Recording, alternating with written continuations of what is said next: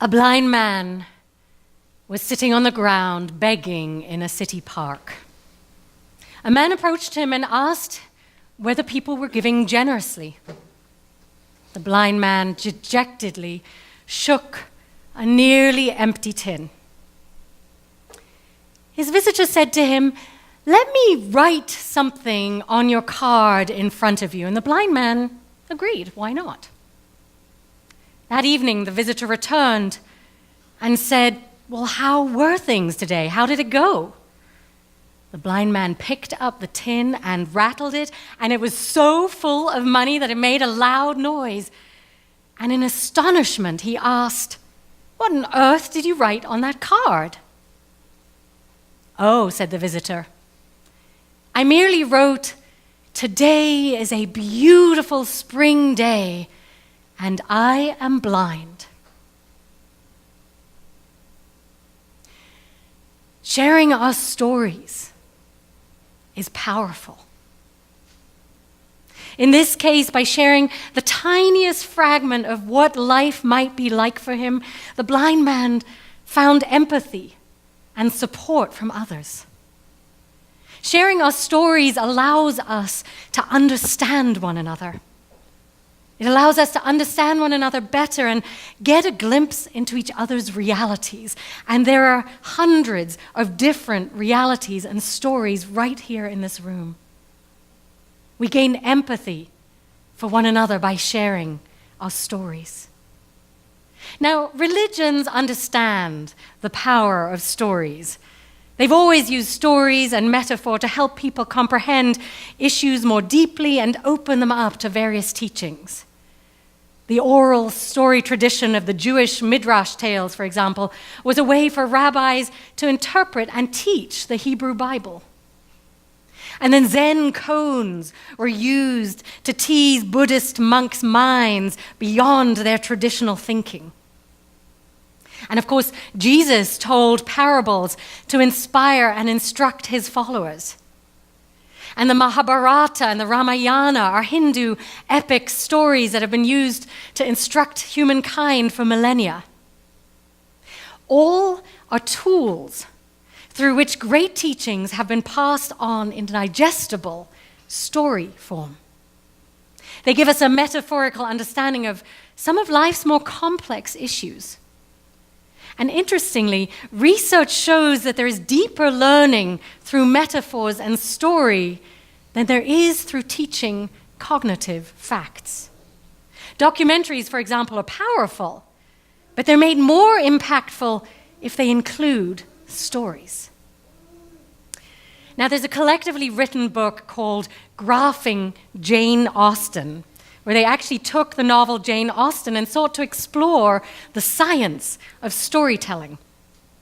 And in it we learn that fiction does mold us. In fact, the more deeply we are cast under a story's spell, the more potent its influence. In fact, fiction seems to be more effective at changing beliefs than nonfiction, which is designed to persuade through argument and evidence. And studies show that when we read nonfiction, we read with our shields up. We're critical and skeptical. But when we're absorbed in a story, we drop our intellectual guard. We are moved emotionally, and this seems to make us rubbery and easy to shape, they say. But perhaps the most impressive finding is just how fiction shapes us. Mainly for the better, not for the worse. Fiction enhances our ability to understand other people. It promotes a deep morality that cuts across religions and political creeds.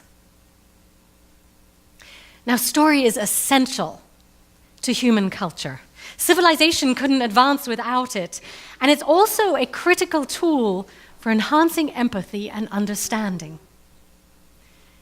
But as I reflected on this theme of story, I became fascinated by the question of whether our stories shape us and direct who we become, or whether we shape our stories.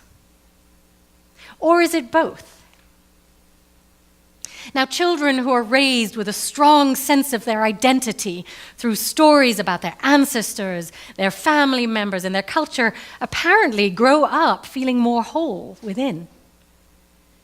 This is why enslavers committed the horrendous crime of robbing the Africans they enslaved of their original names. They forbade them to tell their cultural and spiritual stories, and this weakened the Africans' connection to their culture and families of origin, which in turn allowed their oppressors to have more power over them. A strong sense of identity, an identity developed through affirming stories, grants people a feeling of wholeness and an awareness of belonging.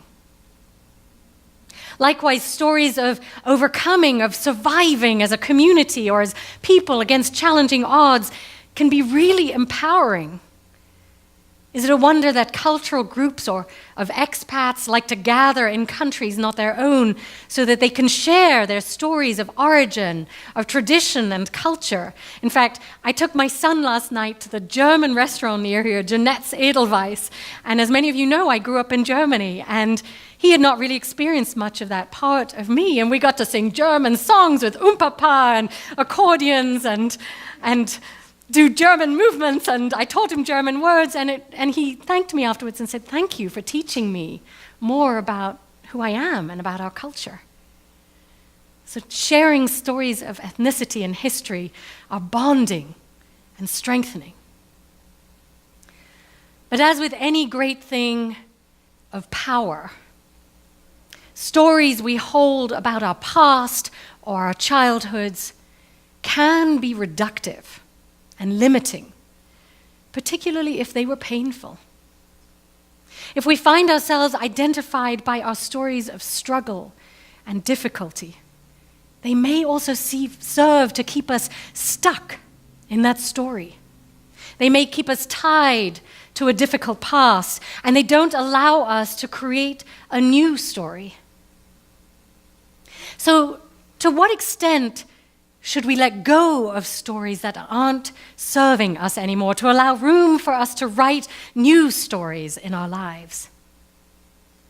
Sometimes we have to let go of the old to be able to write the new story. Like in our Zen children's story earlier, what if we had a more fluid relationship to the truth of stories and simply said, maybe, to them? Maybe. Author and TED speaker Lydia Yuknovich writes powerfully about the impact of story in her life. In her book, The Misfits Manifesto, Lydia shares stories from her very painful childhood and life. Stories of abuse by her father that she barely survived, of destructive alcoholism in her mother, stories of Catholic priests exploiting young children, of cruel teachers in preschool, and then later tales of homelessness, of failed marriages, and the unbearable pain of losing a child at birth. Lydia is a survivor of one traumatic event after another. And for most of her life, she feels utterly worthless and is paralyzed by these stories. Yet somehow, as she begins to share her story with others, she notices that her honest narrative helps others. And soon she realizes that she can choose what she wants to focus on and that she can write her story anew. In her TED Talk, she says, "You have the ability to reinvent yourself endlessly." And that is exactly what she ends up doing.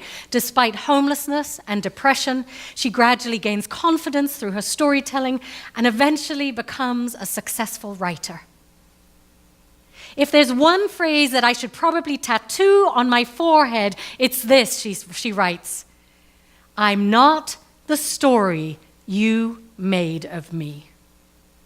I'm not the story you made of me.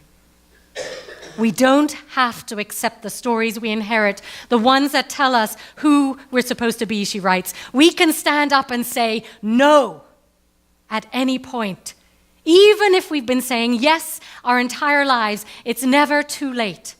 We can always reject the story placed on top of us, and we can always revise and destroy one story and restore another. It's a never-ending possibility, she says. What hope is there in that? Again, she demonstrates the freedom to say, maybe, and then chooses what to say yes to. Now, I know that several of you have done the series of landmark trainings. I did them about 10 years ago or so, and was fascinated by the exercise in which you're asked to tell a story from your childhood, around which you still have a lot of strong feelings. And you tell it to many different people again and again until you get so bored with the story that it actually loses its hold over you. And in that moment, you realize you have the power to tell a new story, a story of your choice. There's no longer the need to regurgitate the story that holds you back or limits you. You find the freedom to move forward and decide your next story. At least that is what it taught me. Stories are enormously powerful. Most of us don't realize that on a day-to-day basis, we have the freedom to choose which stories we continue to tell and which stories we prefer to remake. The successful film director Shekhar Kapoor, who directed the movie Elizabeth, among many others, says, "We are the stories we tell ourselves." We are the stories we tell ourselves. So what stories do we tell ourselves as a congregation? During this weekend, Kay Crider has been listening to our stories. What is it we want her to know about CVUF? What stories do we want to tell? Now, founded in 1961 at the time of the merger of Unitarianism and Universalism, CVUF has existed for 56 years now. Of course, there have been many narratives that have shaped these 56 years. And many of these stories are so important in terms of honoring and remembering where we began and where we came from and how we got where we are today. The stories I've heard are that this fellowship was founded by a group of parents who wanted to raise their children in a liberal religious community. That's a beautiful story of intent and how values and dreams came together to build something precious. I heard stories of how you met in people's homes and then in various rented spaces for years, and how around 30 of you gathered with great commitment for 35 years or more before you had any professional ministers. You were a small group of mighty people who invented, created, and sustained a community. You were dedicated and you persisted. And look at what you laid a foundation for. A beautiful, resilient, thriving religious community that has kept going through ups and downs for well over 50 years now. Now, I've heard stories of how you used to have hundreds of children as part of this congregation, even though you were meeting at the Goebbels Senior Center every week. And when services were over, you had to make all signs of these kids disappear. So those days you had the challenges of church in a box. Given that story, it's easy to understand why there was this great longing for a permanent location, a home that you could call your own. And so it was that in 2008, you had the victorious story of gathering your resources to manifest your visions and intentions to purchase these facilities, this beautiful sanctuary and that amazing hall and offices over there. They've given you a place to call home. This is your field of dreams. If you build it, they will come. And about 50% of the congregation has joined us since that time. They have come, and they keep coming. CVUF continues to grow and thrive because of your vision of having a home to welcome all. Because of your vision that we needed a home from which to launch our transformative message, in which to care for our community, and in which to raise our children. Stories are so powerful when they're inspiring and true. But they can equally influence us regardless of their merit. Stories of failure, of lack, stories mostly driven by fear, such as the many fake news stories that we hear about these days. Those stories, unfortunately, can also wield tremendous power in our lives.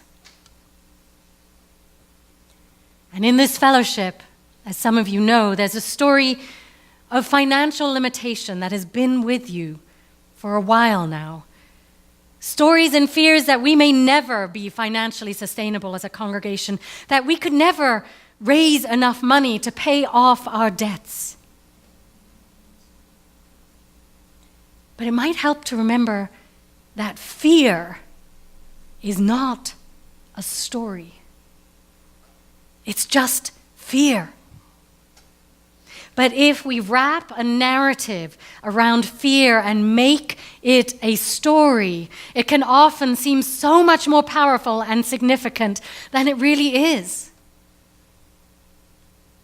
If others like destitute Lydia, or the blind man and the farmer can remake their lives when every outward sign indicates they're not likely to be successful, then I believe we too, as a congregation, can choose which story we want to carry forward. We can decide whether we want to believe we're a congregation that is always struggling financially, or whether we are a community that overcomes financial challenges again and again and again. We have a choice to believe that we will be unsuccessful, or that we are determined and can achieve our goals. There's much historical evidence in our past story that indicates we will continue to rise to challenges. There's a real news narrative of coming together powerfully and solving financial issues.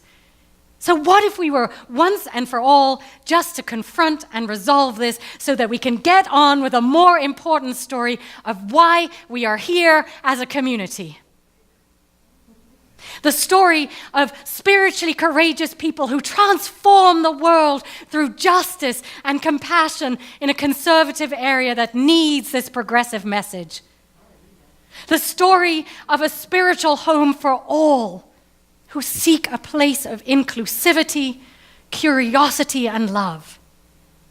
The story of a thriving community that changes the world for the better just by their existence and all that they do. The story that it is possible when we choose resilience, creativity, and generosity to overcome deficit spending and fiscal challenges to create financial freedom.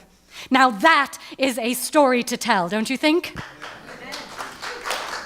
Do we want that story instead of the fear story? Yes. Do we? I know that I do. I'm tired of the fear story. Let's make this change. And we also wrestle with the story that we're a predominantly white congregation, which longs to become a more multicultural, vibrant community. I think about it every week. Are we stuck in the story that this is all we can be? No. Thank you.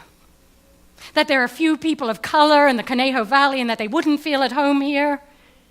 No. Or are we willing to live into a new narrative that encourages us to create an environment that is more inviting to all kinds of people from different classes, from different cultures, from different generations?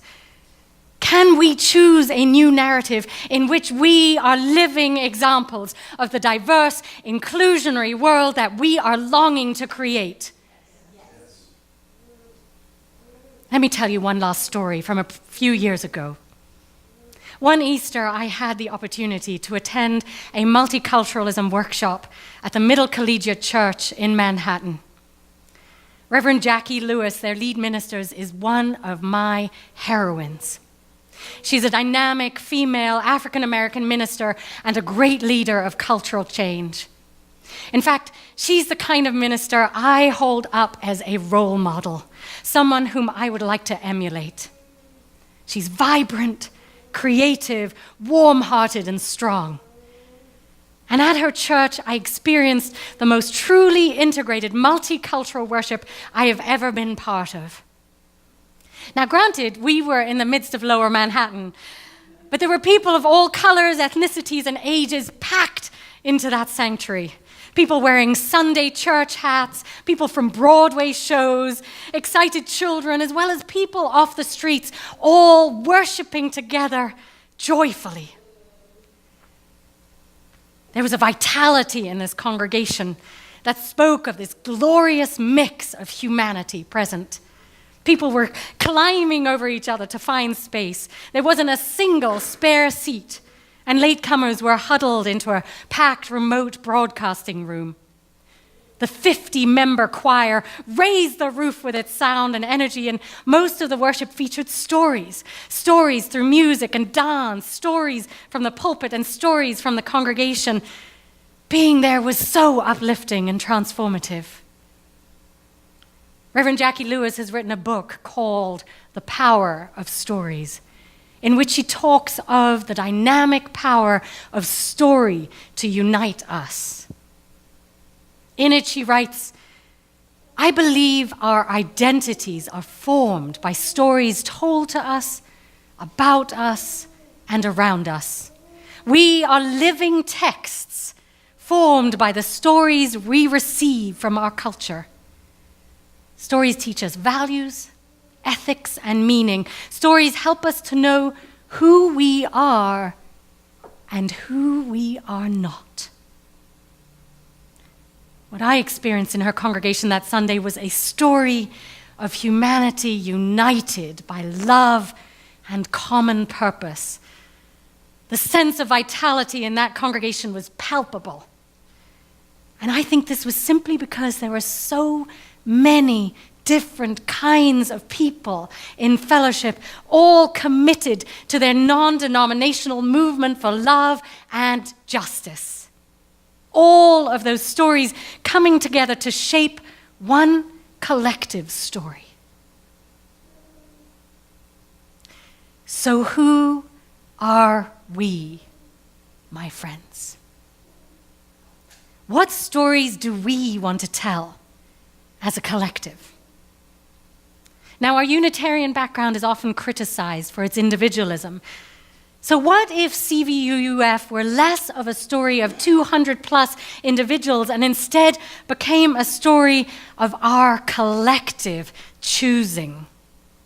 A story we get to create as a community.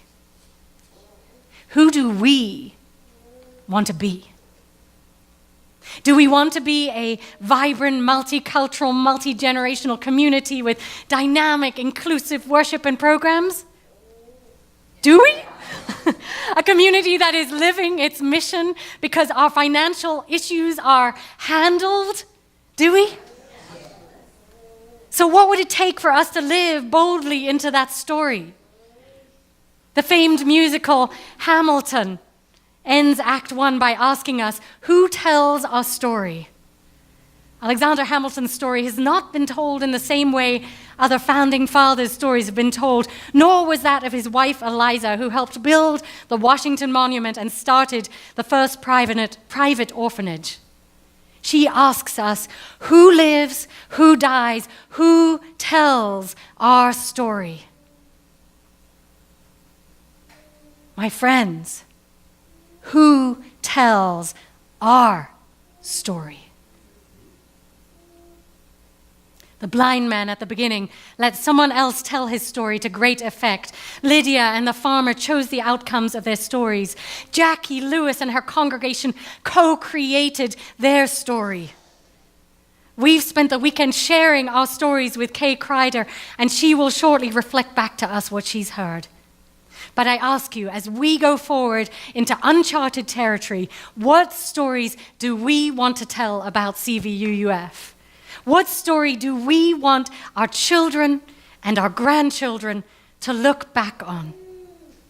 Is it a story of a congregation fading out due to financial struggles and becoming irrelevant in a multicultural world? Or is it a story about the enormous determination, the generosity, and the vision of its members that ensured the survival and thriving of this congregation?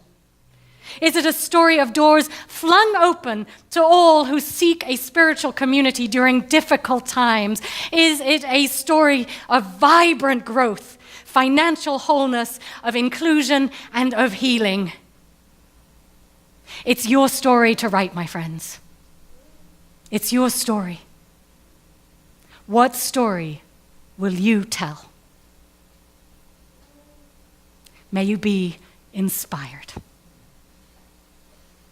Blessed be.